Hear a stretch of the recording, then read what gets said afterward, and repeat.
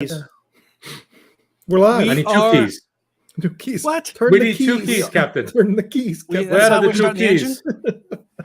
We are live. Welcome Gentlemen. to the entire world. Hello, world. We are live. The BoozeDancing Entertainment Network is live. And hi, guys. How we doing? Good. We are good. We're Ange up there on the left, on my left, and Mike down there on the bottom. And I'm out here on the West Coast. Sorry? I'm chock full of snacks. He's chock full of snacks. Well, it's a good thing to be chock full of because we have a very, very special live show tonight. And where can you watch us if you're not watching us? Oh, yes. Well, we'll talk about that in a second, Mike. We are live tonight on YouTube and Facebook and Twitter, on our website. LinkedIn. And LinkedIn. So and if you're looking for a LinkedIn. job. And I think we might have a job posting. You know, we're looking for a secretary. I'm looking for an editor. I need an editor. Administrative assistant. So that's on the BoozeDancing.com LinkedIn page. So you can watch all over the place. Tell your friends, get the kids in, bring the dog in, throw them on the love seat, and you can watch us live. And you can chat with us. You can actually put little notes in the chat, and we might respond to you. So please do so. It's going to be fun tonight. We have a very special hour or so of a friend to the show, and we'll talk about that in a moment after we get this thing off the road. Yes, let's get the what we watch when we drink intro rolling. Rolling. Welcome to What We Watch When We Drink, a BoozeDancing Entertainment Network podcast featuring lively discussions about movies, TV shows, and anything else that we're watching while we drink our favorite boozy beverages. If you enjoy this show, please subscribe on Apple, Spotify, Stitcher, Google, Audible, and anywhere else you get your podcasts. You can also find us on BoozeDancing.com, and if you have any questions, comments, show or drink suggestions, email us at BoozeDancing@gmail.com.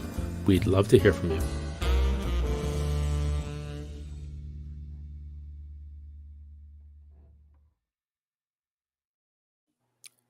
We are back. That was wonderful. Ho ho. Aho. So tonight we've got a special night. We have a guest with us tonight, and we are going to talk cocktails, but mostly we're going to talk about food. And you know, I know you guys like food, right? You guys are pro food. Absolutely. Pro food. I can tell you guys are. Mike, what's your mantra, Mike? What's going to be your tombstone? I'm going to die full. That's my mantra.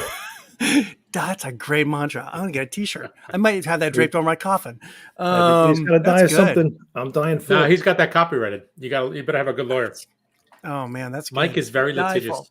Very litigious. So we're gonna talk to a friend of the podcast, friend of What We Watch When We Drink. I think this is his 37th appearance. Is that right? Don. I think he just passes Don Rickles tonight. Don, I believe, or maybe passes Charo. I'm not sure. One of the two. But we're setting a record here. Our guest tonight is a friend who's a writer, a cocktail specialist, a music specialist. Gosh, he's got lots of titles, doesn't he?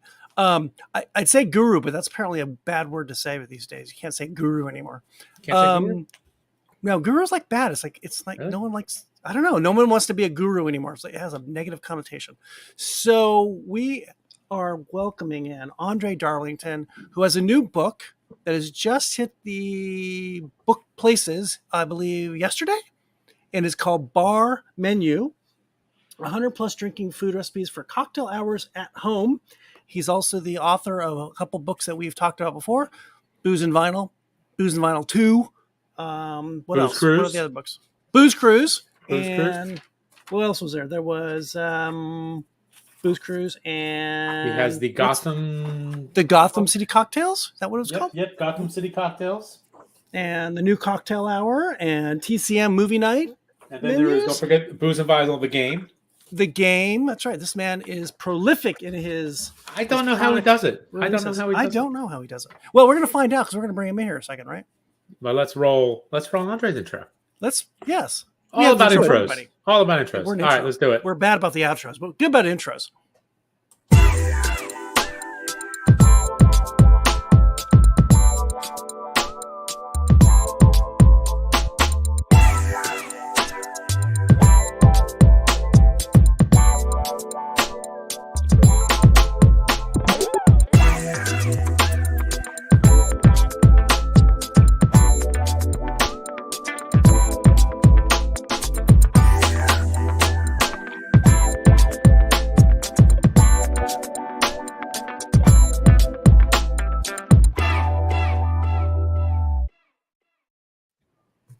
here. He's here. André Darlington is in the house. Or in Can I my get a rally garage, towel? actually. I need a rally towel. I'm Rally so towel, glad rally I towel. beat Charo. Charo, you are one beyond Charo, I believe. Oh, there was a debate because Charo was on the Christmas special, and I'm not sure that really counts. But that was a long time ago. André, welcome. Good to have you back. Fun again, you guys. This is fun. This is book. What interview is this with you? At least 4 or 5, maybe, right? I think this might. Well, let's see. We did Booze Cruise. Yep. We did Booze and Vinyl 2. Yep. We had you on with Yay Your Spirits. Yep. Oh, that's right. So this is the 4th. This is 4, yeah. Yeah, might be 4. Wow, this is great. Nice. It's a grand slam. It's a grand slam. You just the book just got released yesterday, correct? Yes. Bar Menu. My 8th book. 8. Wow. We're Prolific. getting up into we'll be double digits here pretty quick. Yeah, I'm doing. This is a crazy year. There's 3 books this year. So Booze and Vinyl 2. Then there's John Wayne, the official John Wayne cocktail book. It's a little late, so it comes out November 7th.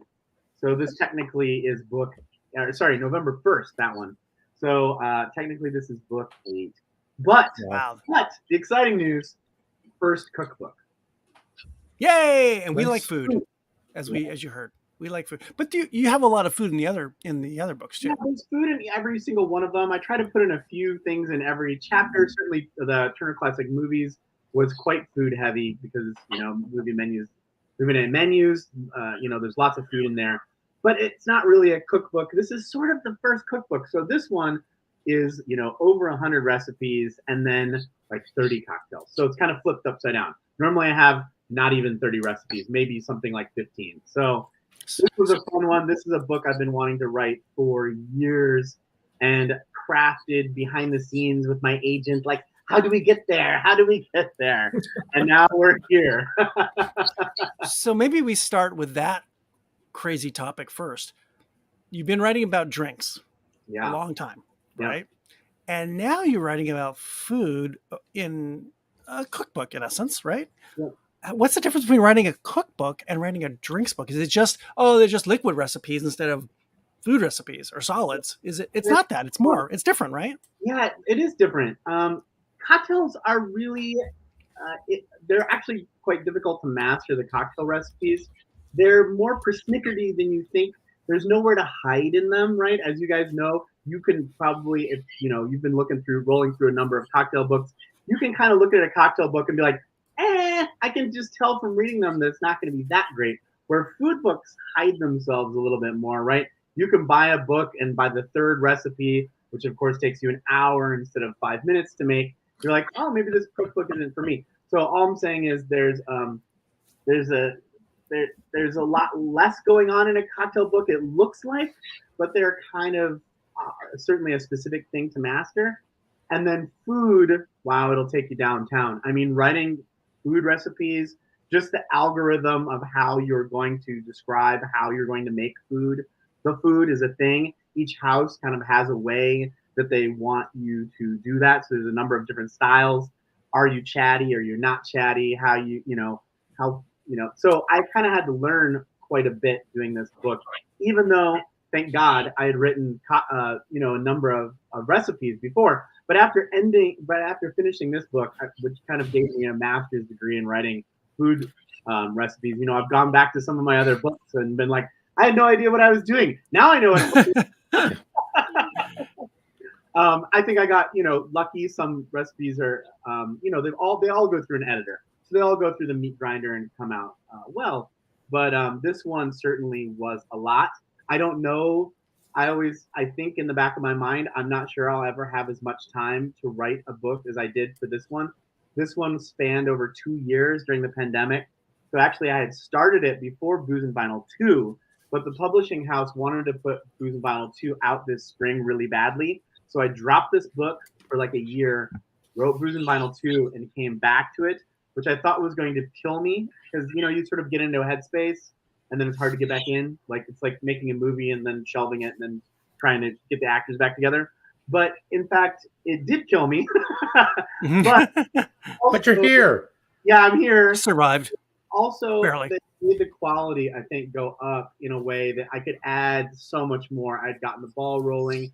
I had time to think about it. There's just a longer gestation period. So this is a biggie. I mean, it's a huge.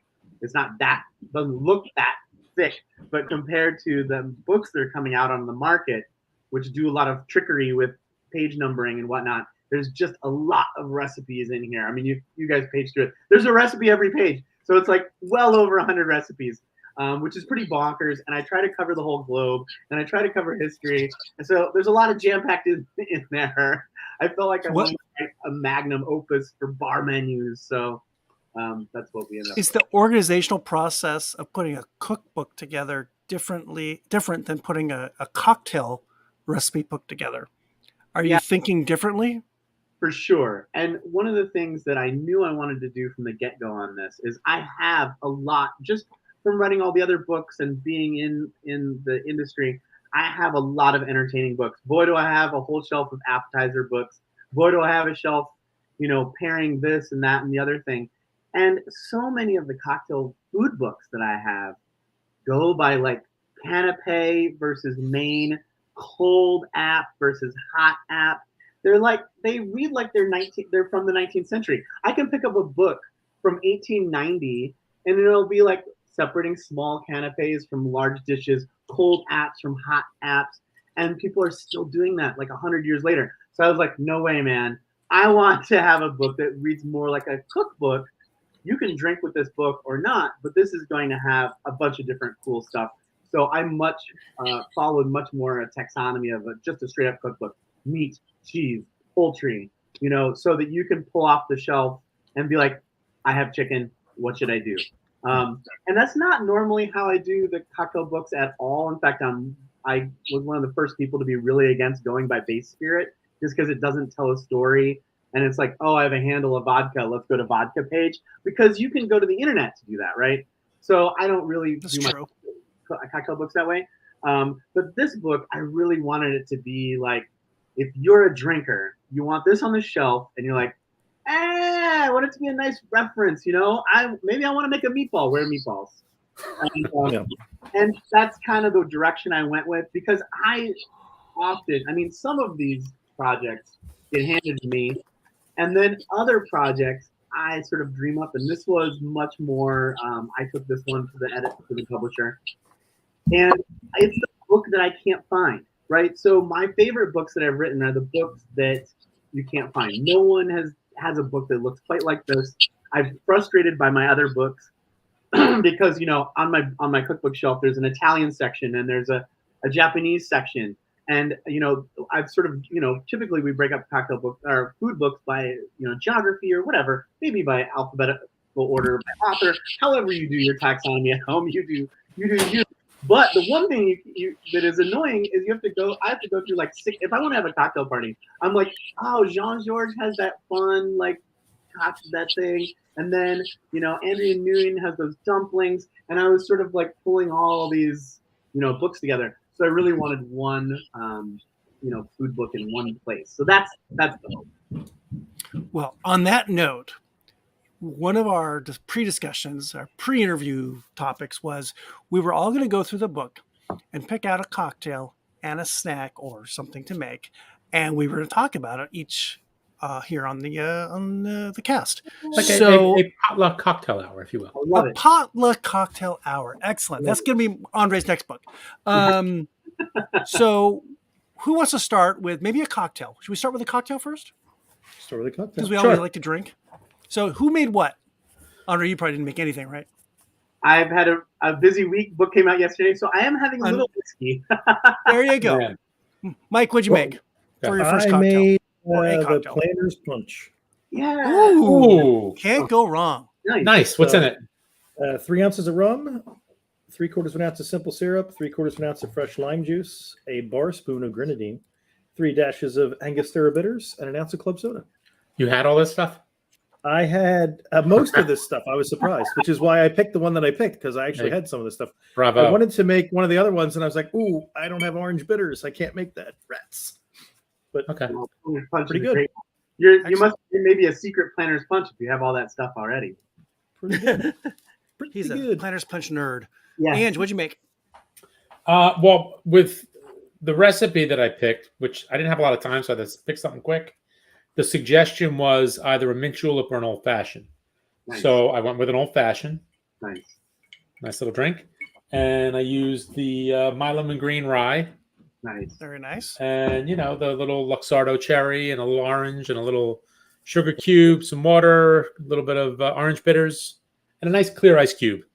Nice. Very good. So, And Aaron? I made William. the Ward 8. Yeah. Ooh. Awesome. And the ice is melted. Unfortunately, I made it a while ago. What's in the Ward 8? 2 ounces of rye, half ounce of lemon juice and orange juice, a little grenadine, and a couple cherries. And it is wonderful. I actually made a little more than one, and I had the other half earlier. So delicious. Love it. Nice. Great. I never made one. What's the whiskey? I used. do Oh yeah, what's your whiskey? double rye. Sorry, that's my dog freaking out or something. High West. Double rye from oh gosh, who are the guys? High West. Yes, thank you. Oh, that's a good one. I was going to make the old fashioned with the High West, Oh, nice. but then I saw that they had the My Lemon Green up front, so I was like, I'll go with that. So cheers, everybody. Cheers. Cheers. Cheers. I love that you guys did the Planner's Punch and the Ward 8. I feel like those are drinks that have both dropped out of view a little bit. Certainly the Ward 8, is sort of came out around the same time as the other Burroughs cocktails, sort of known for being a prohibition drink. And when I first ran into it, I didn't really understand it. And I actually made it quite a lot made a bunch of different builds for it to try and sort of figure it out. And then I'm not sure it's a matter of figuring out so much as it's just great with other things. Yeah. Yeah. I've only had it in bars. I've never tried to make one. It's not hard at all. Yeah. It's very simple. Ange, I'm loved it. surprised you It's didn't very go good. with the Big Chief. He is the big chief, though. He Which doesn't is need the one. big- which He is is the big one. chief? Big Chief.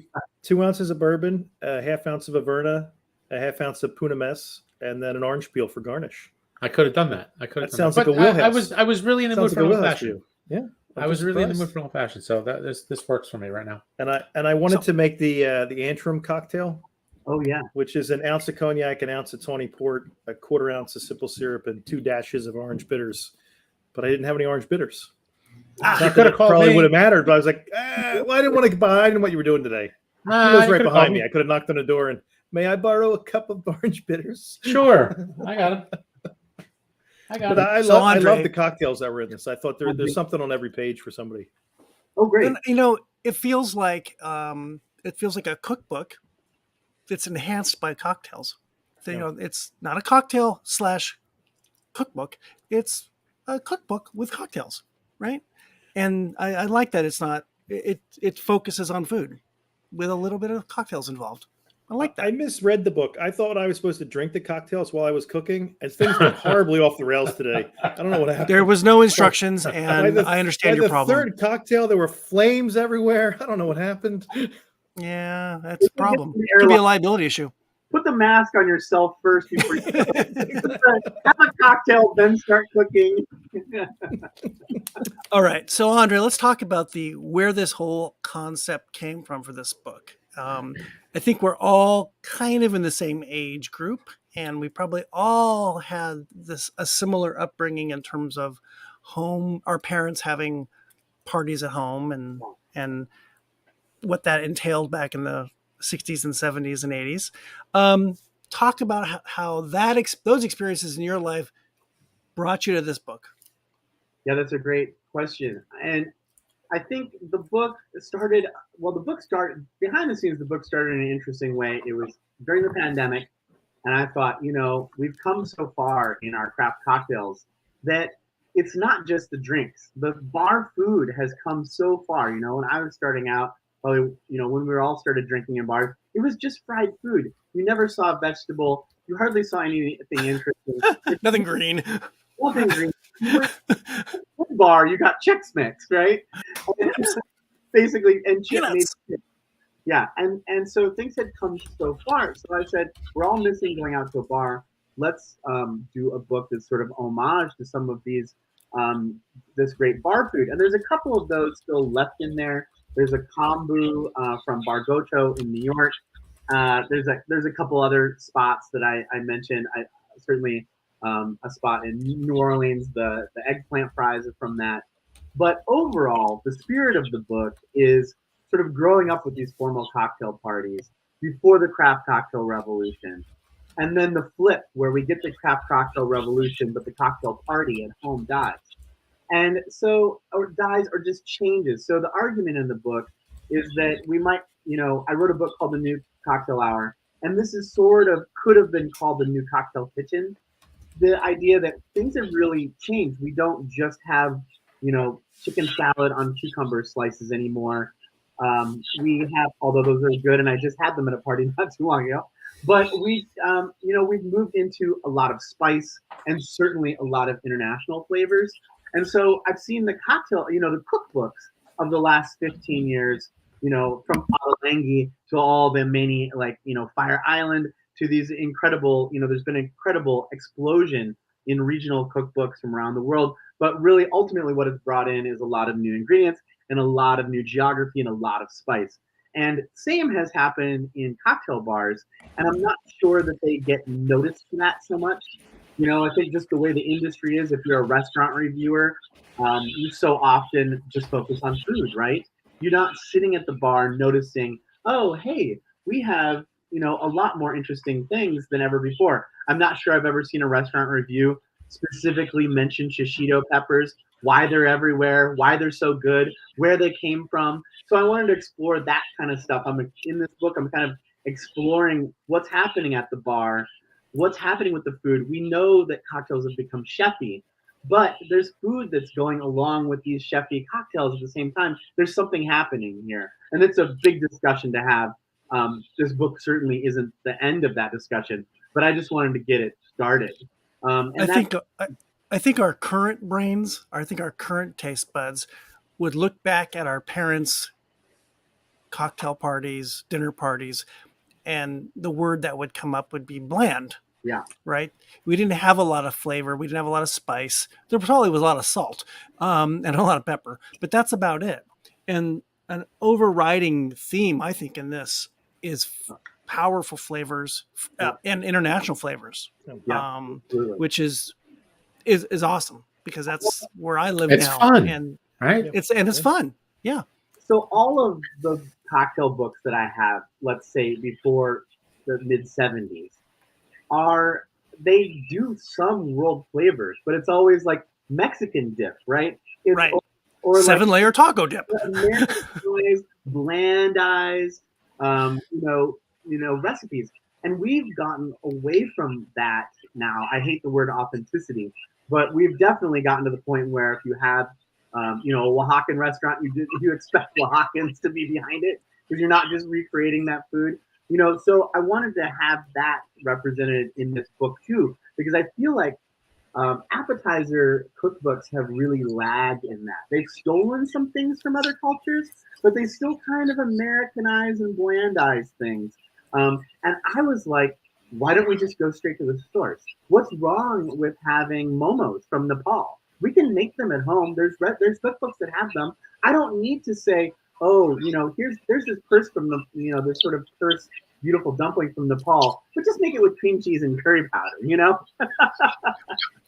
I think this book is sort of an extension or a coming home from Booze Cruise. Yeah. So Booze Cruise, you are all over the world, and you're bringing all kinds of flavors and recipes, cocktail and food, to us, but you're actually in those places. Right. And here we're all here in America, and we're bringing all of those flavors you've experienced outside of this country, which are very popular in this country, and you're putting them here in this one place, which I think is just wonderful. It's sort of a round trip.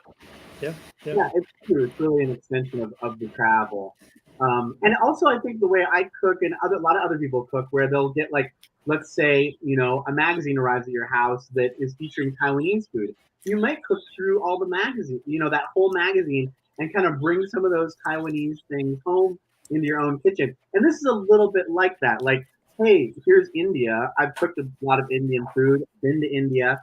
Here's kind of the things you should know as a cocktailer from India, and also the things that if you're in India, new cocktail bars are bringing in to the bars. Like not just samosas, but these vada pavs, or I love this bel puri. Bel puri is like cocktail food. We just don't know it yet here, you know. And it was fascinating going around the world because each of these cultures, they're getting these craft cocktail bars, and then they're sort of deciding what in their own culture goes with cocktails. It tends to be stuff that we recognize. It's very unctuous, very salty, crispy. We love the same things all over the world with cocktails. We just don't know what all those dishes are. I've just to elaborate on that a little bit. I remember landing in Bangkok and going to a wonderful bar called the Tep Bar, which plays live music. But then also it's a craft cocktail bar, but they're known for being very Thai, right? It's very Bangkok. And so you go and sit down and you get the peanut and lime leaves, and the peanut and lime leaves with your cocktail. And I had this kind of wonderful epiphany, like, you know, I could have sat at the Carlisle bar in New York City and I would have gotten cocktail nuts. This is exactly the same thing, but they're using, you know, their Thai chili and lime leaves and peanuts. And so that's kind of the experience I was hoping to bring back a little bit. 2.5 years ago, we all start this crazy life indoors, and there becomes this like movement within homes all over the world to cook more at home and to make cocktails more at home. Yeah.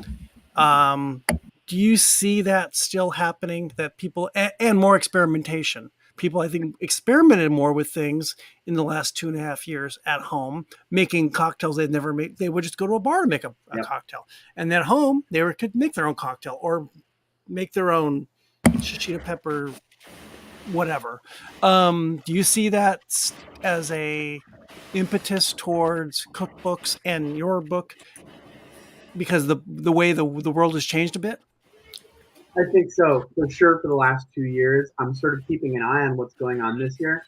This year, from what I've seen, is that the average person going into the bar, I think their knowledge base is higher than it was.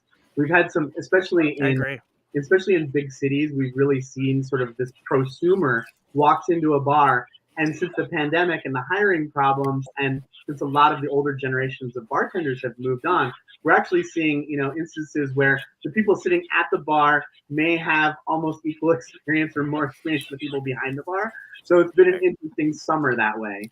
But I do think it's true. I also think just the high prices of restaurants and stuff, people are going back a little bit. We'll see what happens this winter. I feel like the cocktail season really kicks off kind of now. We certainly get a big spring push, but I feel like cocktails in the U.S. really have kind of a wintertime, thing for them. That's holiday parties. Their season. It's the holiday parties that kind of do it. And then what I call Janumarch, where everywhere in the north, you stay home and drink some cocktails. But I think that it's true. I think that there is a huge kind of like home movement again, which is really exciting. And I think it helps push bars. Bars can't be as lazy as they were. I think before the pandemic, we sort of started drifting back into like, not even fresh juice anymore and that kind of thing in bars. You see it sometimes. And now it's like, no, we got to be good again, or why are people going to show up? We also talked about, in our pre-interview, about making a recipe or two from your book. So why don't we go around, boys? What did you guys make out of the book, and why did you choose them? Mike, what did you make? Did you make something? I made two things. I went out and I made the deviled cashews. Cumin, coriander, turmeric, pepper, cayenne pepper, salt, butter, sugar, and cashews. They're really good. My better half was like, "Do you need all of these for the show? Could I eat some of these because they're pretty good?" And then I made the almond, date, and fig balls. So I held up Ooh. what looked like a meatball, but they're not meatballs. I would eat the fig ball. It's sugar, ground cinnamon, toasted almonds, dried figs, and pitted dates. So you take the almonds, figs, and dates, you mash it into basically just a paste, and roll them together, and then roll them in the sugar and the cinnamon. And That sounds delightful. They come out like this when you make giant size ones like me. Hey, I'm grabbing my laptop. Really I'm walking over, Mike. They're really good. The doors are locked. I released the hounds. I'll get in. Wow, that sounds great. How about you, Ange? What did you do? Dried fruit. Oh yeah. And I'm a big fan of figs. My wife said I actually made the inside of a fig Newton, which that's high. That's high praise. That's from kind of her. what it is. So I was like, Love a fig Newton. Love a fig Newton. Carb-free fig Newton. Yep. Born here. Yeah. Ange, what'd you make? I didn't have a whole lot of time. I was in the office today, so I made the American cocktail pecans. Nice. Something simple, something easy. Yep. So it's 2 tablespoons of unsalted butter, tablespoon of Worcestershire, 2 cups of pecan halves, 1/4 cup of Tabasco, 1/2 teaspoon of kosher salt, and 1/4 teaspoon of freshly ground black pepper. So melt the butter, throw everything in the pot, coat it, stick it in the oven. Good stuff. Boom. That's one of those. Easy. Do I need this in here? Everybody knows this recipe, but it's telling the story, right? I wanted that chapter to tell the story. And I also think it's fascinating. We always take for granted what we have. And pecans are our native nut. Without them, that's why you see them. And I thought Mike was our native nut. Travel. Hey. So I think that's fascinating. The other thing that I'm guessing you're getting this with the pecans. There's quite a kick from the cayenne. Yeah. So the cashews, they're like, ooh, they're good. And then, ooh, boy, they found something in there. Where I don't know if you're getting the same thing with the Tabasco with the pecan. No, it was a very, very small amount of Tabasco, so it's just enough to give it some flavor. Good. Really good. I could have probably gone spicier, but they were really good. I like these. How about you, Aaron? What'd you make? Can't hear you. Can't hear you. I made 3 things, and I started with the crunchy North African chickpeas. Yes. I love chickpeas. Same here. And it's so easy. Now I have to admit I cheated because I didn't make the ras al hanout. I actually have a jar of it, so I didn't need to go through and make the whole thing by myself. And I don't know if you guys, it's right there, and they are so yummy. And I only made 1 can of the garbanzos, but this is going to be a go-to. This is so easy. It is so freaking easy. And which reminds me, a question I want to ask you, Andre, was: are these recipes things that you've made before, or did you come up with these recipes for the book?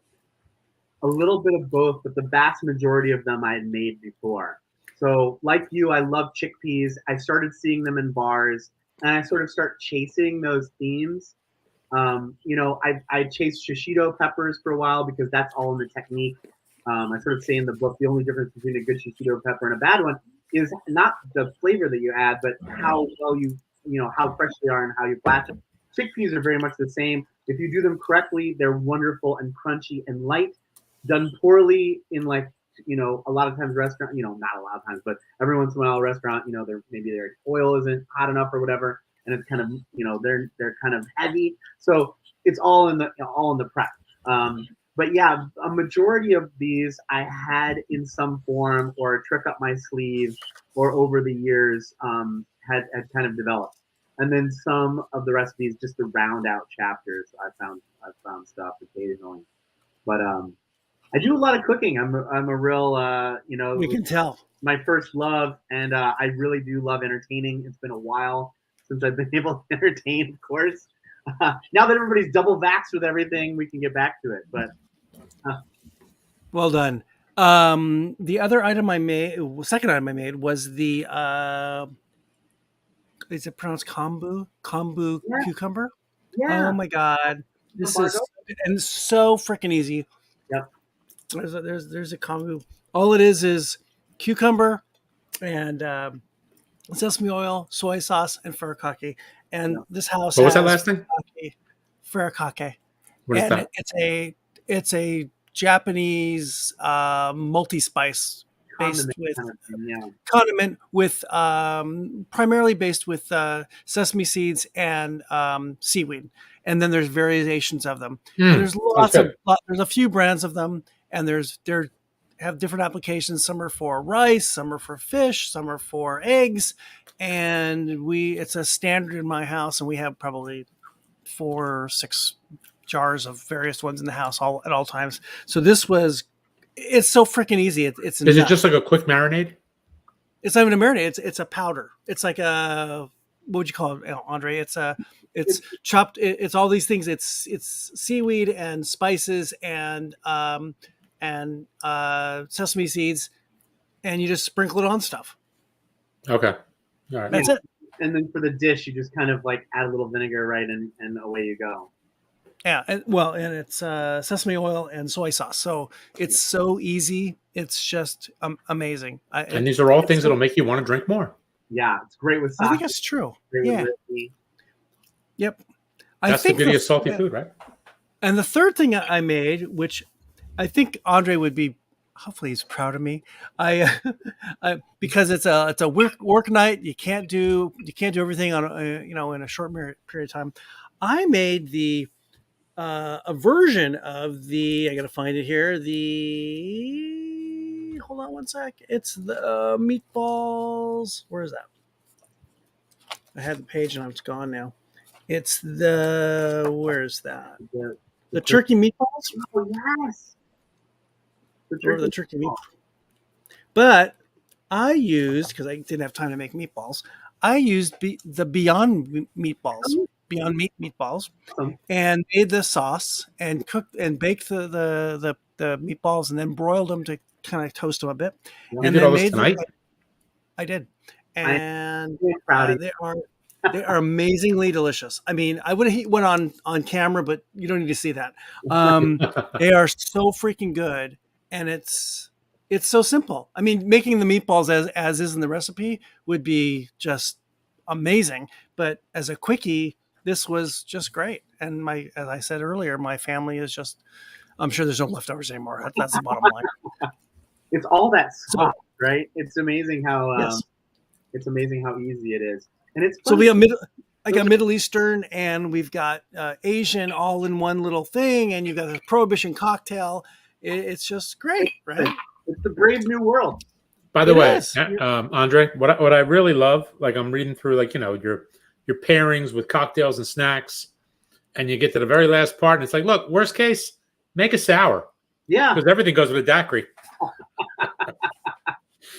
I'm like, all right, I like it. It's kind of a existential difference, because we are still kind of in the 3 things on the plate, 4 things on the plate. Each thing on the plate does something different, and so many cultures are, this one dish is the mother dish. It does everything you want. It's acidic. It's spicy. It'll take you to prom and feed you on a trip. It's like, it's this thing, and it's like, oh my God, this food. It starts to be an arms race, right?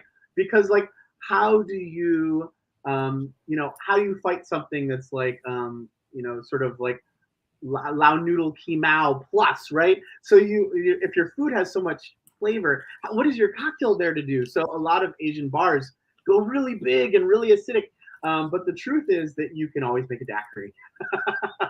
And a daiquiri, if you think about it, is also the sun, moons, and stars in one drink, right? Because it's got the acid in there, and then it's balanced out. It's got sugar, acid. So a daiquiri is very much like sort of an Asian sauce that you might put on noodles. Obviously doesn't have the umami and all that stuff, but if you think about it, it is just doing a sweet and sour. Can you do the same thing with, like, let's say, like a whiskey sour? Yeah. Yep. Whiskey sour. That'll work. That could have been a good one too. Most of the world, is more like on a rum train. So that's why I was like, if you when in doubt, I got you. Most of these countries will have a daiquiri. So when you were putting the recipes together, I'm assuming you made every recipe. Yes. Probably more than once. Yes. And then you had to, as you're going through the process, you're going through the process, you're fine tuning it. You've taken some other recipe, and how do I put a spin on this? Yeah. Bring it into today. And well, yeah, I don't want soy sauce. I want tamari, or I want something else. Right. You probably went through a few versions of each one of these, correct? Correct. I can't imagine your kitchen, but I can imagine your kitchen because I want to be there every night. It's the pandemic. My poor girlfriend, Janine, who Angelo knows. Poor Janine. Oh, poor Janine has to eat all this food. God. Yeah. Poor Janine. A pretty good time. I would have fry week, and then 2 weeks later have fry week again. We got to do everything fried in the book while the oil, because it's such a thing, and there is a fair amount of fried food in the book. There's quite a bit of everything. We'd have like kind of rice week too. Like, let's make rice and make everything out of the rice. There were certainly recipes in here that I really took me a long time. And then the other recipes, they're sort of born out of the box, and they were great the first time, and we recipe tested them again. And so it's a mix. So for instance, I could take one example apart. I've been chasing a really great fried cauliflower forever. Since I had gobi Manchurian, which is sort of in theory, it was a dish that was made in India while Chinese were working on the railroad in China. So it tastes Chinese, but is actually Indian. It's just basically, a battered and fried cauliflower. Harder to do than it sounds. And also, I didn't really want gobi Manchurian. So that dish has been done a number of times over the years. And I actually kind of settled on a gobi, sort of an Indian spice inside, and then gochujang on the outside to provide this sort of like wallop of interesting sauce flavor. So there's a few of them in the book that are like that, where I've been chasing this particular recipe for a long time. And then there's just silly stuff like the buffalo suppli. So suppli, sorry to all Italians, suppli are these little balls usually filled with, often filled with cheese, which they call, I think, like telephonos, because the cheese is like a string of a telephone. And you get them in Rome. I have Italian relatives. They would make them. And I decided, let's put some Frank Red hot sauce in them and Americanize them. Boom. Boom. Just to give every, Italian Nona heart failure. But it works. It's so ridiculously good. And I'm not a huge fan of Frank's Red Hots anyway, but it's something we all know from wings, which are a huge American bar food. Yep. And I thought, well, this is the application to use it in. So there's some things where just like lightning struck at some point, and it's sort of, in a way, it's my sense of humor. I do like to do that. And also, I feel like that's what American bars do. And that was one of the fun things about the last 15 years in bars, is you would see stuff like that. Let's make comfort food, but let's do something that's like, oh, and now something a little different from a completely different culture, throw it in there, mash it up, and you have a real hit. And I'm always looking for those things that, on the first bite, the whole cocktail crowd is like, you got to go back to the table and you have to get that because it's ridiculously good. I'm not even going to tell you what's in it. You just have to eat it. So I'm always looking for stuff like that. For those just joining us, this is BoozeDancing TV Live, and we are talking to André Darlington, author of the new book, Bar Menu, which just came out. And I assume you can get this pretty much everywhere where you can buy books. Amazon. Where can you get this, André? Yeah, Amazon, all of your favorite independent bookstores.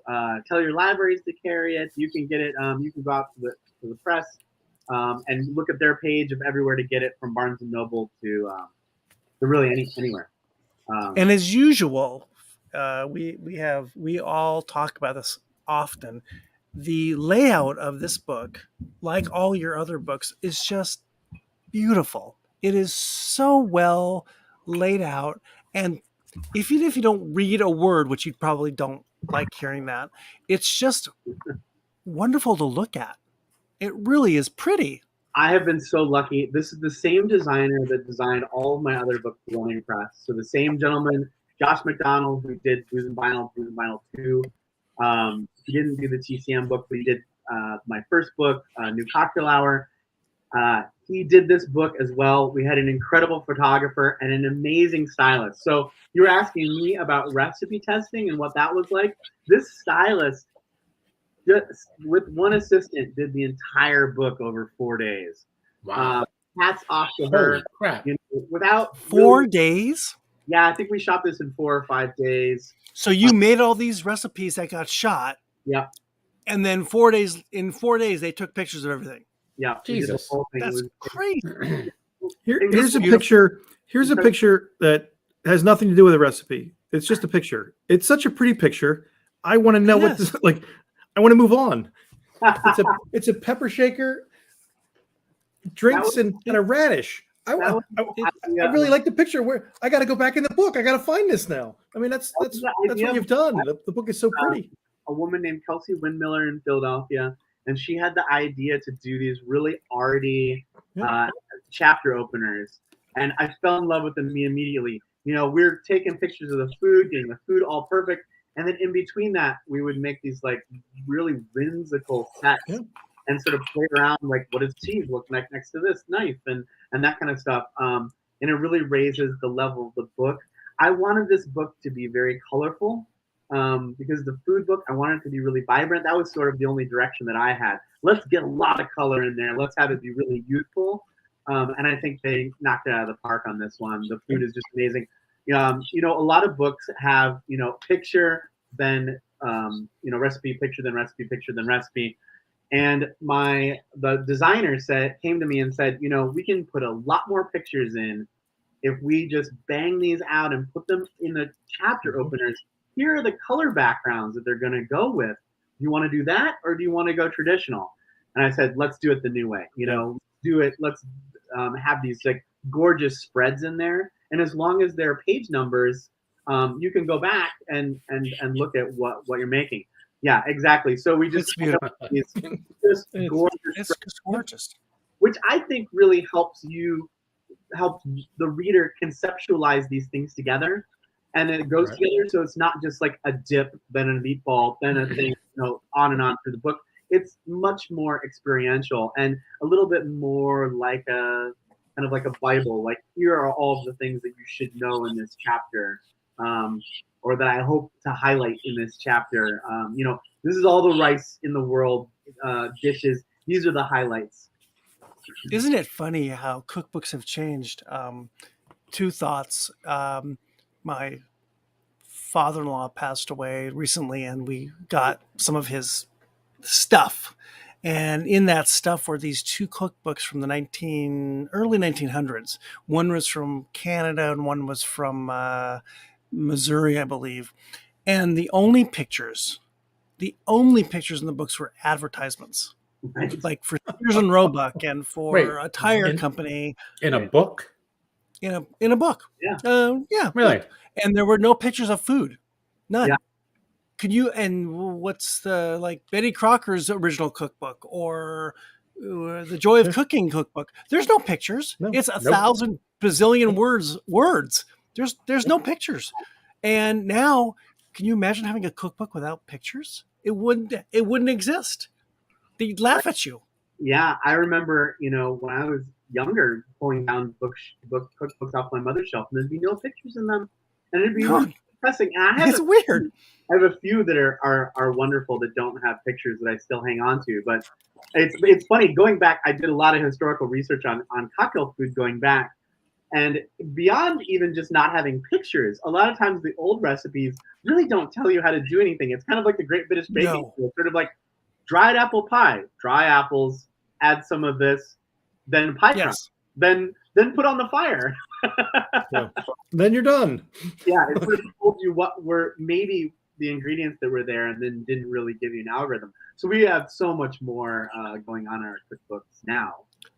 I think the one aspect of this book, which I think is I hope a trend in cooking at home, is that there is less rigidity towards recipes and being exact about everything.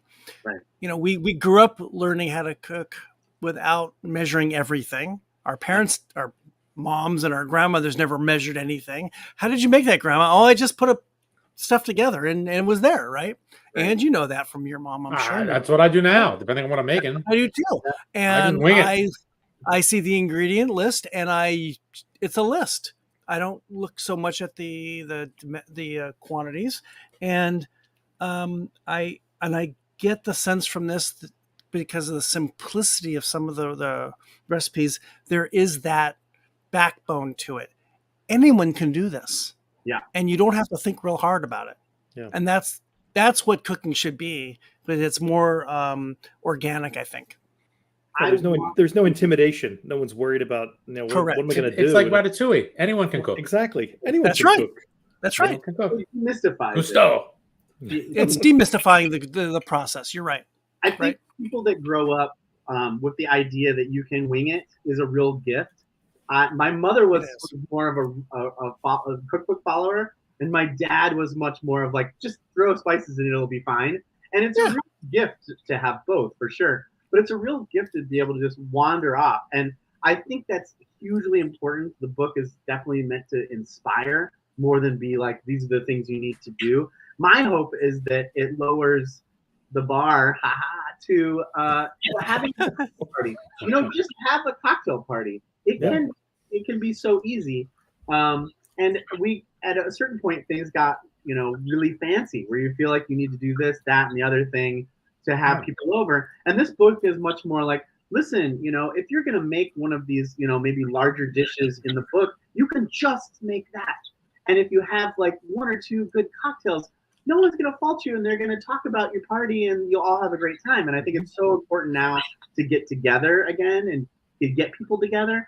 And, certainly for people starting out, that don't even remember any of the old ways, whether they were formal or informal, the idea is just like, here's a few tools, make a couple things, and have some people and call your friends and see if they'll come over. And that's my real hope with this. Just like, come on, people, let's talk to each other again over some drinks. I think it's healthy. I'm going to start the way people proselytize yoga or the self-care. I mean, cocktail parties are real social there, right? Now, my mom is no longer here, but she would be very disappointed that there's no Jell-O mold in this book. I'm sure you guys are all very upset about that too. I couldn't find the cheese log. Where's the? I didn't see a cheese log either. It was very odd. Yes, Ange, what were you missing from the book from your past? Well, potato salad. No, remember, I've got the immigrant parents. Yes, So my mom would not mess around with that kind of stuff. It'd be like, I'm going to make pizza. I'm going to make stromboli. I'm going to make some arancini. So nothing's changed. I'm going to do a big ziti. Whatever. She'd just go way over the top. But we wouldn't have cocktail parties. It would be, a party, dinner, all that kind of stuff.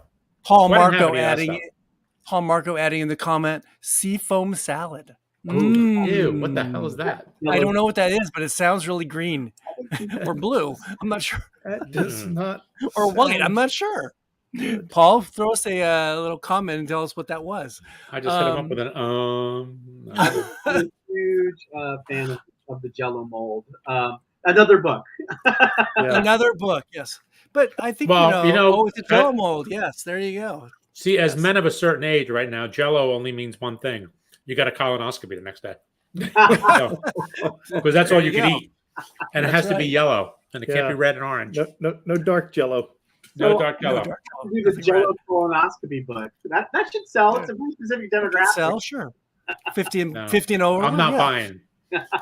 I'm not buying. Does it come with what's that? Propofol? What's that stuff they give you? Yeah, exactly. Some propofol. That's right. Knock out. Were there things that you wanted to put in the book but didn't make it, and why didn't they make it? Why were the recipes that didn't get in there? Just volume or size, or was it because they didn't fit into the culture of the book? And by the way, the answer can be because then I wouldn't have bar menu 2. Yeah. Yes, that's acceptable. That's the an next acceptable 100 answer. plus recipes. Always even wanting more.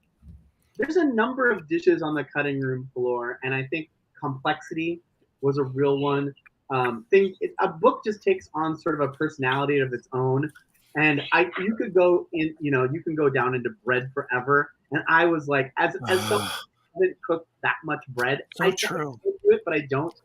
I wanted what I call the cracker, which anyone can do. It's a cracker, but instead of rolling it out and frustrating yourself with getting it onto a sheet, like really thin sheets on a pan, you just do it in a pasta roller. And then I wanted one flatbread to rule them all, because as we know, there's thin crust flatbreads and thick crust flatbreads. And are you making pizza? And do you want it to rise and all this stuff? So there's quite a few recipes that are just like, no, it's not. It starts to get to the point in the book where you just can tell. In fact, a number of recipes that I had in here in the beginning didn't make it to the end, which I credit with just having written this book for quite a long time. And as I went back, I was like, I love this. It's too quirky, or it just doesn't work, or it just doesn't fit in the theme. So a book kind of takes on a life of its own. And at a certain point, you're like, we have to close this chapter. I kind of know how big I want these chapters to be. The meat chapter had a number more recipes. I'm not vegetarian. I do love vegetarian food, and I really wanted to have that be a strong chapter in this. I really believe in veggies with cocktails. But meat and cocktails have gone together since the beginning, so there was just a lot in there. And then other chapters had to be pumped up a little bit. I could have gone on forever with cocktail sandwiches, but that's just not where we're at culturally. And I wanted to pick out a few top ones, and then you can go to other books. So I always wanted to make sure that I was doing something that's like, have people seen this in other books? Why they don't need to come to this book for that. So I want to present really tight, really well, dishes I can really argue the case for each one of the books. It felt very carb light in a lot of ways, which I enjoyed. It was definitely bread light. I mean, there were bread things, but not primarily. You could have a whole book on bread, right? And cocktails, and bar food. Yeah. I just traveled to your part of the world last week, and there were a lot of bar menus that had everything was bread. Yeah. In some form. Yeah. What am I putting in the bread, or what am I putting on the bread? Yeah. Or what am I putting the bread in? And it was just bread. And hey, we have this thing without bread? Is that possible? There was not a lot of bread in that, which I enjoyed. Yeah, I did that a little bit on purpose. I feel like when I was writing a cocktail column and I was going around to restaurants and sort of looking at what was happening and the changes that were happening, I feel like one of the indicators that really tells you whether a restaurant has its cocktail game together is that cocktail menu. And one example is there bread everywhere, or is there a protein that stands alone on that cocktail menu? And the people that have a protein that stands alone, one, I think that sells a lot. And I always I do some consulting behind the scenes. And I'm like, stick some meatballs on there. People are coming in. They're not looking for bread. They're looking for a little bit of protein to keep them going, and then on they go. And that kind of new way of doing things, where it's like nobody wants pita and hummus. I mean, they do, unless that's your thing, they don't. So don't put it on unless it's going to be the best hummus they've ever had. And again, so much bread, right? I mean, we grew up in the generation where a bread, course would just come.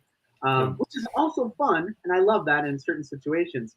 But I think we've gotten away from that in cocktails. So that's really deliberate in my mind to make sure that I think cocktailers these days are really looking more for protein. And I think historically that's true, because that's where we get our shrimp cocktails and our oysters and things like that on some of those steakhouse menus, which are not bread. Do you see... what is the trend in bars, not home, in bars today in terms of food? And let's not say, I don't know, dive bars putting at one end and high end hotel bars at some other end. What is the food trends today that you see? It's really hard to say. And I just went across the country, and I'm about to go across the country again. And I'm very curious about this same question. I feel like trends, more than trends, I'm seeing what has survived. And what has survived are those really strong restaurants that are kind of everything for everyone, but at the same time have a strong identity. Something like in DC, going to like one of those Jose Andres restaurants, which are very specifically Spanish, but have very intelligent menus that have a lot of protein on that cocktail menu and not just bread. But it's hard to say what the new trends are. I think certainly easier. I think people have asked themselves, what can we accomplish with our staff? What can we accomplish well? So I see a return to fundamentals there. Things are a little less wild than they were because it's like, can you even get a bar back, let alone have a fermentation program? You know, so I think fundamentals. But trends are a little more difficult. One of the trends that I've seen during the whole pandemic is a little bit of a backslide into like, let's do the battle drinks because they were fun. They were kind of fun. I'm not sure we need to go back to Cosmos. And I think a lot more that kind of thing gets a lot more press. You know, people were saying this was the summer of the Dirty Shirley, but when I went across the United States and talked to bartenders, nobody was making them, so I don't know where that means. By the way, we talked about this like 4 months ago. Yeah. That was the Shirley Temple, like the spiked Shirley Temple, right? Yeah. Yep. For the record, we called it the Shirley Temple Black. Just saying. Oh, that's funny. I've never heard And that. keeps popping up. It keeps popping up all the time. It's after we talked to Dawn. Yeah. Now I'm a little concerned because my youngest makes Shirley Temples a lot. I never really pay attention to what he's putting Are in you them. sure they're Shirley Temples or are they Shirley Temple Blacks? Maybe he's making some Shirley Temple There Blacks. may be some whiskey in your house that could be going. I'm into really those sure what's cocktails. going on there. I go through a lot of grenadine. I'm not really sure what else. Yes. Why you? To go back to trend, I mean, in New York, so many Asian or Asian-inspired restaurants. So that's a huge trend, at least for New York. Where New York goes, other people follow. So I'm sort of expecting to see some of that happen. But it's really hard. It's really hard to say what the trend is. Certainly, this music and booze. You know, so many turntables in bars. So many bars either going like, hey, I was just actually in Illinois and I went to a bar that was basically like, we do whiskey and heavy metal. And I was like, I'm in the right place. I am fine with that model. So there's stuff like that, which I love, right? I mean, choose what you really want to be and go for it. I think music is a big part of the bar experience now and growing. I hope that the trend is, and I do see it in bars here in LA to some extent. I do see more robust flavors being on the menu, and like your book, I do see more interesting cocktails, not just old fashions as the primary drink. Flavor is I think it's a key. I still see a lot of French fries. I still see a lot of chips and dip and pita and hummus, which that's fine if there's some flavor to it. It does feel carb heavy in a lot of ways still in some bars. I mean, if you're at the bar at Zahav having some pita and hummus, that's a good thing. Sure. Yes. That's a whole different animal. I'm in Tripoli. That's what I want, but I'm not sure if I want that Redondo Beach. So hopefully there's some change about. Flavor is a big thing, and your book is definitely speaks of flavor and flavors we were not accustomed to 20, 30, 40 years ago, right? Yeah. So that's a great thing. Yeah. So you're going across the country. You're on a book tour, correct? Yeah. Probably spending a fair amount of time in hotel rooms and probably some downtime. Have you been watching any TV? This is what we watch when we drink podcast / live cast. Have you been watching any TV lately, Andre? I have been watching House of Dragons, which is fine. I have too. Yeah, my feeling on it is they did great. I really did fall in love with Millie Alcock. I think she's one of the great young actresses we've seen on the screen. It took me a little bit to get over moving past those episodes to that 10-year jump because I feel like we really got hooked in with that beginning milieu and her. But to move on to that, then I did with one eye. I've been watching the Tolkien Rings of Power. Rings of Power. It Why does with one eye? It has incredible production value, and I watch it for how great they have brought these things to life. But the storylines, there's always at least twice an episode where I'm like, this is terrible acting. This is not a good scene. It's really up and down. It may survive. It may catch fire. It is beautifully shot, and I don't think it's that different than the trilogy. So I think fans should be happy with it. And then I do watch a lot of sort of British procedurals. I love In the Line of Duty, which was this huge popular procedural. And I started rewatching that just to look at some character development and script writing in that. It's nothing too interesting, so I want to hear from you guys what you're watching, so I'll have something to watch on the road. Mike, where you been on the TV world? I started Rings of Power, and as a huge fan of Tolkien, but not someone that believes it's the Bible. The prequel book, The Silmarillion, is basically a loosely thatched piece of work that was more or less published after he passed away, and that's Rings of Power. So there's a whole lot of unknown stuff that they're just kind of filling stuff in and adding characters and doing all these other things with, which I'm fine with as long as they're well acted. With the Tolkien family, with his grandson helping out. With their their family, and who knows, the family's cashing in for extra money. They don't care the product, whatever. I don't really know. I'm not one of the Tolkiens. I didn't see a dime. But when you look at it, the production value is really high. I agree. Some of the acting is a bit patchy, but I think it tells interesting stories, and that's all you want. Am I entertained? Am I not entertained? I just think it's actually pretty good. And I just found this new thing, Reginald the Vampire on Sci-Fi. Oh yeah, how is it? What is the guy who plays Ned in the Spider-Man movies. So the guy in the chair, the new guy.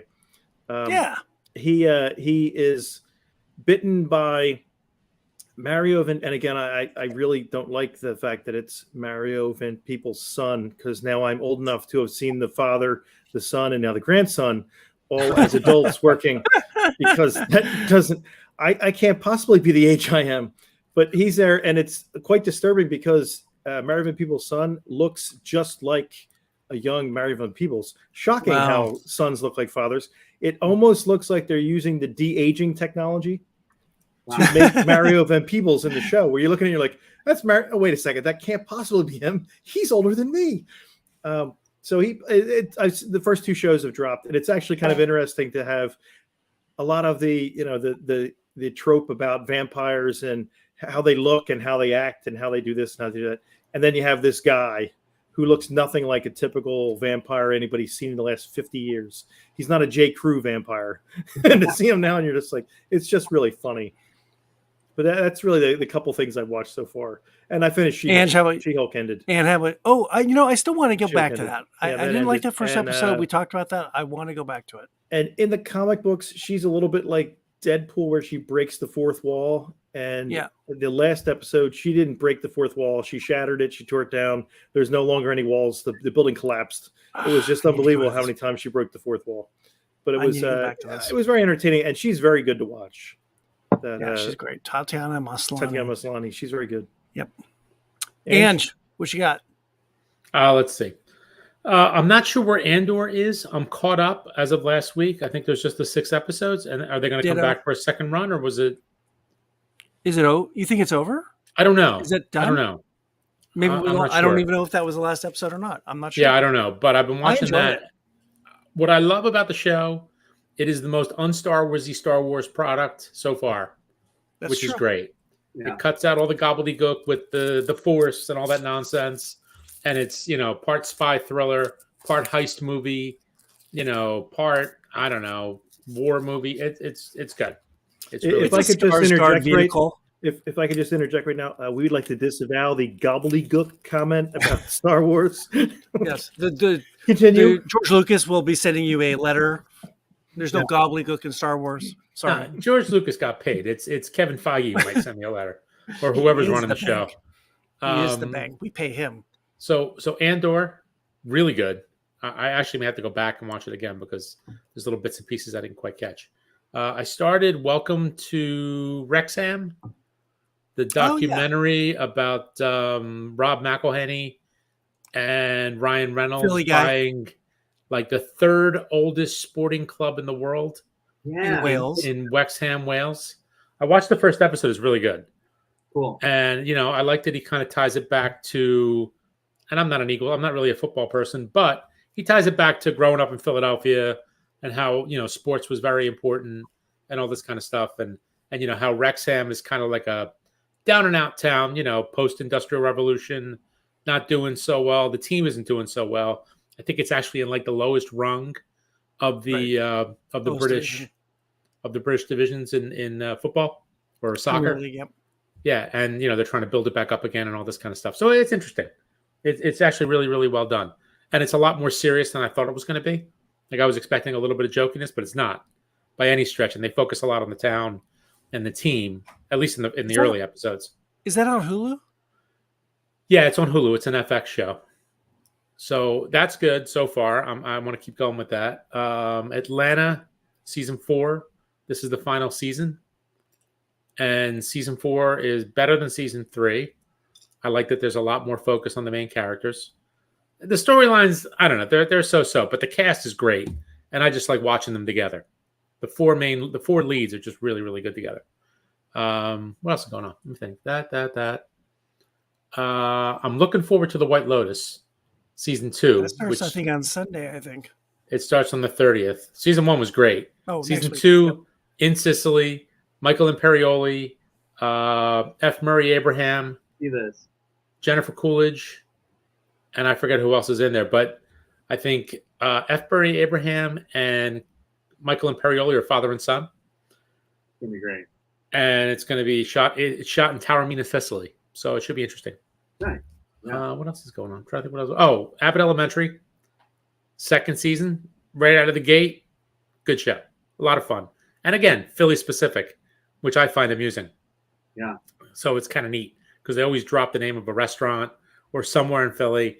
And I always wonder if like the restaurant all of a sudden starts getting like crazy book reservations. Right. People Google it. Where is Like that place? there was one episode in season 1 where they talked about, the restaurant Barada that was on 13th and Morton? Yeah. Well, they mentioned that at least 5 or 6 times in the restaurant. And I would love to call the restaurant just to ask them if they got flooded with reservations because it got mentioned on the show. Funny. Free advertising. I'm trying to think what else there is. Yeah, that's it for now, as far as I know. It's supposed to be good. How about you, Aaron? You made me think of something that I want to watch that's coming, and the trailer just came out. Is I think season 3 or 4 of Mythic Quest with Rob McElhenney on Apple Plus, and that's coming soon because I saw the trailer, which I'm excited about. That's really a fun show about a company that develops a game called Mythic Quest and the inner workings of the office space and how everyone works to create this game. It's very funny.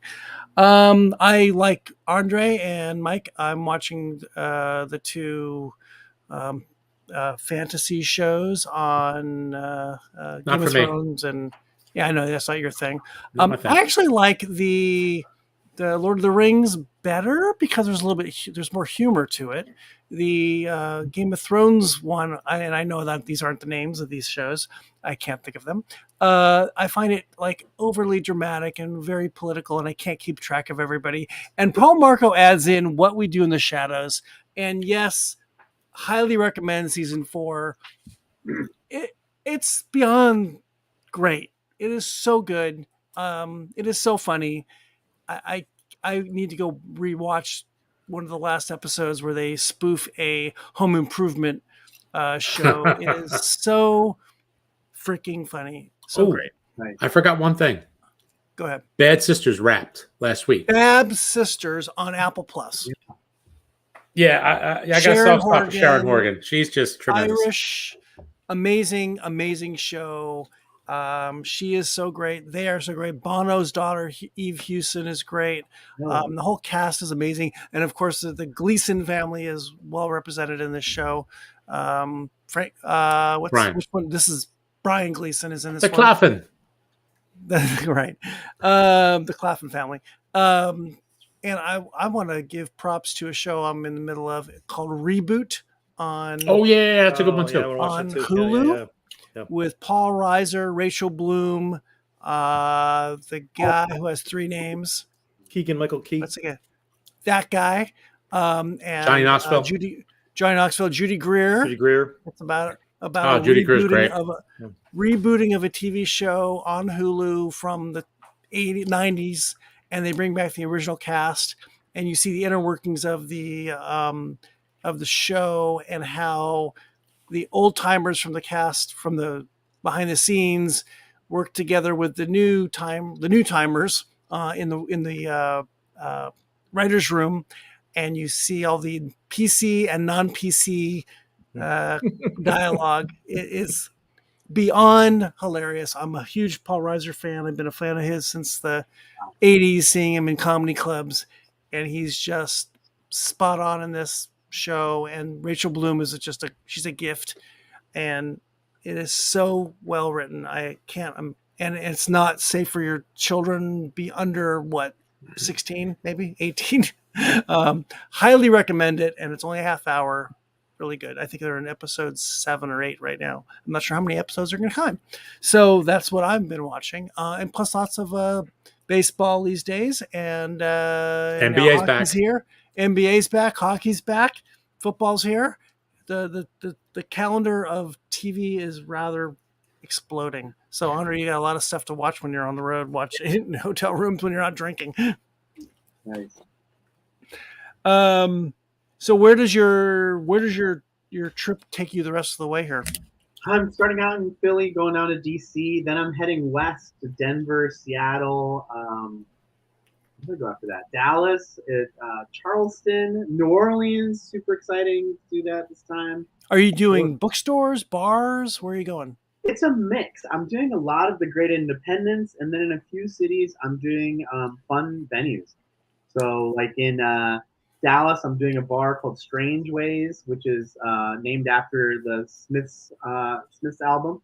Very cool. I've known them for a while, and this is sort of a dream come true to do an event with them. And then in New Orleans, I'm doing an event with the great Cochon, which is awesome. It turns out their CDC was a Batman fan, so we started talking through that. And then, so it's a mix. There's some restaurants. I always, especially with these books that are drinking, bookstores sometimes have a hard time serving drinks. It's really fun to be experiential. So if I can move it to another venue and have the bookstore come along to a new venue, I try to do that. It just makes it a little bit different. Although this is more of a traditional cookbook, so I'm still doing some, kind of cookbook bookstores as well. Have you been asked anywhere to make a cocktail or cook? This is my first tour where I have a stylist in a couple cities because I basically land and I'm either doing TV or doing demos in stores. Oh, so you're cooking. It'll be really fun. I want to be able to offer a drink to people. Everyone has a better time. It's more memorable. So I'm doing drinks in most of the stops, I would say, that don't have a restaurant and are making drinks anyway. I'm definitely doing a little demo. This tour has quite a bit of TV on it, so I'm excited to do that. I did some TV on the last one too, which ended up being really fun. It's always a lot of work for like 3 minutes, right? But a few of the spots were really just fun, and it's just all part of the thing. It's part of the tour. So you get out there and you do it, and it's fun actually. So where are we going after bar menu? What's coming up after this? Yes, the old Darlington lineup. Never-ending spout. So the next time, machine keeps working; it never stops. Is early spring, the Big Lebowski cocktail book. Ooh, 25th Darlington abides. 25th anniversary of the film. That was a really fun email or phone call to get to do that. A new press, so that's on Quarto. It's gone really well. It's really fun. It's illustrated by a woman in Amsterdam, and she knocked it out of the park. I wrote the thing, and I open it up, and I laugh out loud. The illustrations are so funny. So it's a very like the movie. It's smart and joyful. I'm thrilled with it. So that's spring. Fall brings another Booze and Vinyl holiday edition. So a little bit, but all holiday music. That's awesome. Yeah, That'd be fun. it's really fun. I think it's going to have sort of a sparkly 1940s kind of vibe to it, I imagine. I shoot that in Philly actually this December. And then out to 24, I am working on a cowboy cocktail book, which is all fun. Yeah, it's unexpectedly fun. I didn't want it to be cowboy inspired or stupid, right? So or too glib. So I've done a ton of research on that. It's why I was down in San Antonio doing research on that. It's going to be quite historical.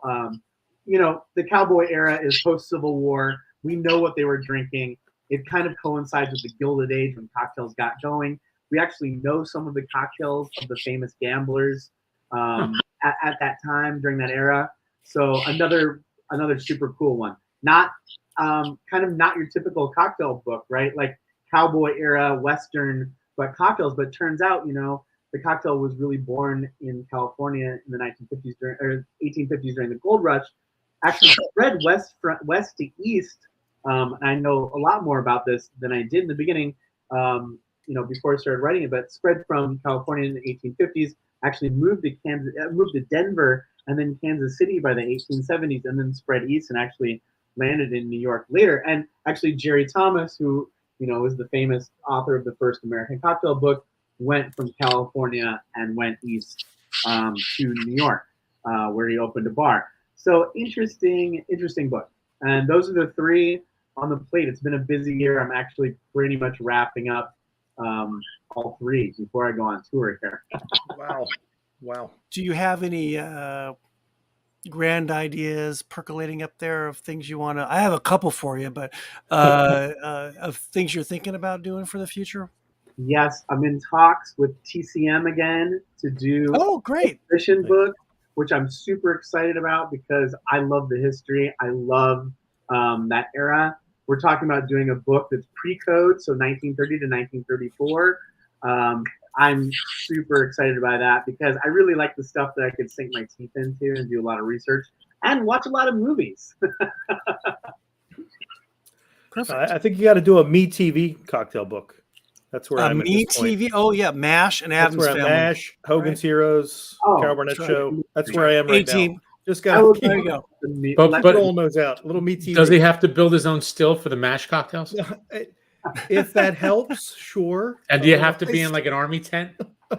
Wow, you mean you're really speaking to my era? I mean, Hogan's Heroes was what I watched. Hogan. When I was homesick as a kid, it was like Hogan's Heroes is going to be on. Absolutely, Hogan's Heroes and Hollywood Squares.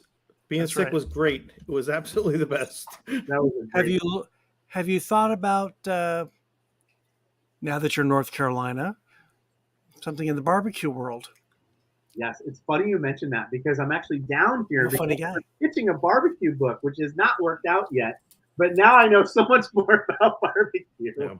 Because you're in North Carolina. In fact, it's the Lexington Barbecue Festival this coming Saturday, and I'm going. Ooh. 25 minutes from the house. So yeah, I'm deep in barbecue territory. My poor girlfriend, who loves barbecue, just slows me down a little bit. So pretty much we have it on Saturdays. Otherwise, I'd be having barbecue like 2 days a week. Yeah.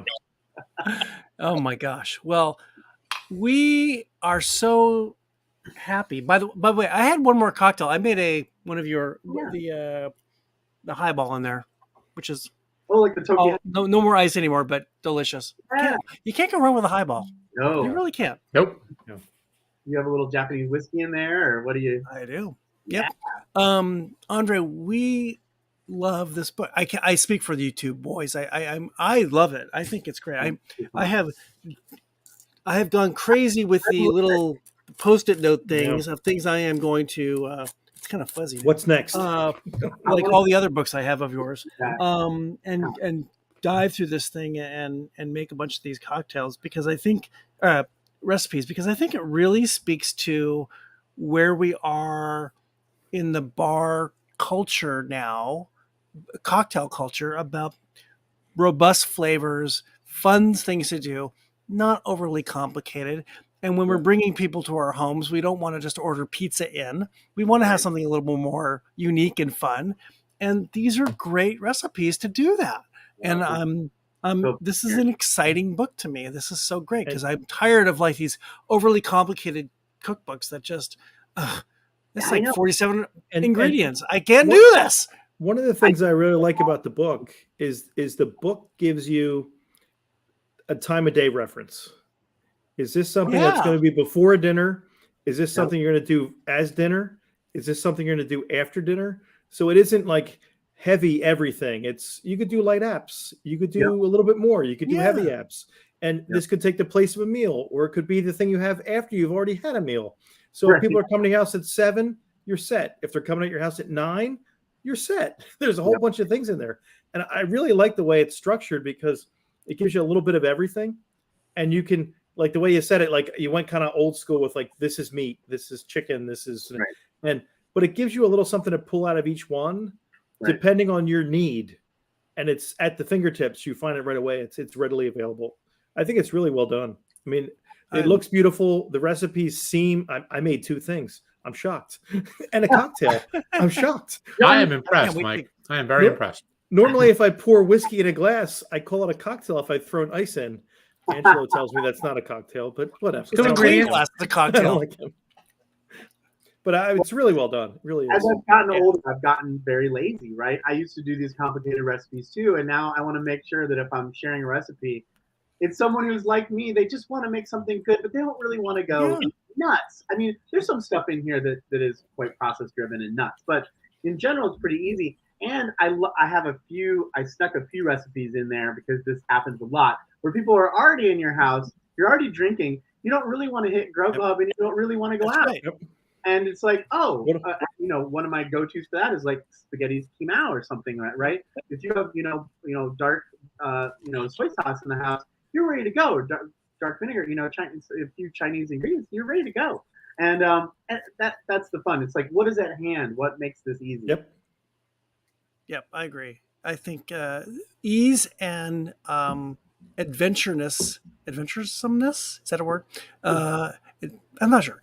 Being adventurous in your home kitchen and bar is fun. And I think because of the last 2.5 years, a lot of us have become more adventurous. And this is just an extension of that without getting overly complicated and having to, go to the French cooking school to learn how to cook. You don't have to do that. You're going to Whole Foods twice for your party? That's too many. Yes, that's real. Exactly. That's right. And you can make any of these things and impress your friends, impress your family, and have a good time. Yeah. Ultimately, that's what it's about, right? And it's all flavor. It's all ingredients and spices you had in the house. Yep. Flavor. Yeah. Bringing up, it's just it's really well done. No, I love it. I'm excited, and I'm excited for you because this is so you. This book is just a reflection of who you are. It's really good then. It is. Yeah, I think I'm glad that comes across because this one is probably the closest to my heart of all of them that I've done in a way. One, it's my first cookbook, but it's something that I've been doing for so many years. So I really wanted to sort of impart. Basically I say in the intro, like, I'm just sharing what I do. I hope that works for you too. That's kind of the whole thing behind the book. And then, sharing some fun ingredients. And I feel like I can get away with this now because the home pantry, as you were saying, is so much better. I've heard from a couple of people like, wow, you have to go get a lot of stuff for this book. I'm like, not really. And it's all available, online now, if you have to, but I think even in a reasonably sized market, you can find all the ingredients in here, which is really a brave new world, right? I mean, I used to, as a kid, we used to drive to the next town over to get Indian ingredients to cook. And now, it's everywhere. So it's really a brave new world. I hope people take advantage of what, we live around. We have so many spices available to us now compared to 20 years ago. Well, this book, much like the other ones, I mean, like you said, you put a lot of yourself into it. and all the books are approachable, whether it's the Booze and Vinyl or this. It's your personality coming through. The only downside to these books is that we've all been home making our own stuff and making our own drinks and upping our game. When we go to a bar, you feel a little disappointed. I know. That's the problem. In some bars, yeah. Some bars, right. But you go to a bar and it's like you said, all right, fries, that's great, but it's just a bag of Ore-Ida that you threw in the fryer. I mean, come on, man, step it up. Some bars haven't done it. They haven't stepped up. Subject to that. We drink really well at home, so we're bad. But I think we're representative in a way of how the rest of the country is too. That people are going and during the pandemic they learned whiskey, or they learned wine, or they learned certainly more Americans know more about Amaro than they did even 5 years ago. So my God, so true. Yeah, so true. And I think the bar is being allowed to sell cocktails, and someone like Drizzly emerging, right, where they'll deliver it right to your door in most states. Right. It becomes one of those, like, even during lockdown, I could get a serious cocktail from a serious bar and the ingredients to make that cocktail later and experiment and figure out what I wanted to do. And again, up your game. Yeah. And if you're going to up your game with the drinks, you up your game with your food. And how do I do that? I got to get a good cookbook that ups the game. So I'm not just making fries, or I'm not just ordering pizza. I'm doing something else. And I think this really does that. Yeah.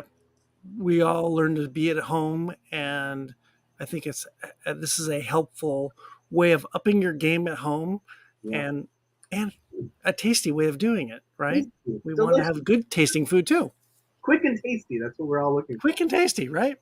André Darlington has been our guest on What We Watch When We Drink. We can't thank him enough on his very, very busy schedule, crossing the highways and byways of America, talking the beauty of his new book, Bar Menu, right here. And I'm sorry, the publisher is runningpress.com. We should mention those guys, right? Yep. And he is crossing get on his website. What's your website? Just my name, AndreDarlington.com.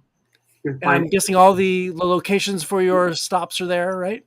Yep. And maybe if you're in the city where he is, stop in, say Philly. hi, get a book. Philly. Please do. Philly next week. You Say hi, get an autograph, talk cocktails, talk food, and you really enjoy it because this is a really fun book. Andre, we cannot thank you enough again. We love you when you come on, and You guys you've now beaten Charo and Don Rickles, I believe. It's really just Steve Allen and Tony Randall ahead of him. After that, he'll be top. Maybe they are ahead of him. You're right. There is some question about the scorecard. Yes, right. I got to be Andre, back. I'm back. You'll have to be back for book number 9, I believe is the next one, right? Next one, yes. Next in spring. It'll be not in March, so we can do an early winter meet. Andre, thank you so much. Can you stick around for a few minutes? Pleasure. Yes. Yep. Okay. All right, gentlemen. Gents, We did it again. We were live on BoozeDancing TV. We had a great guest.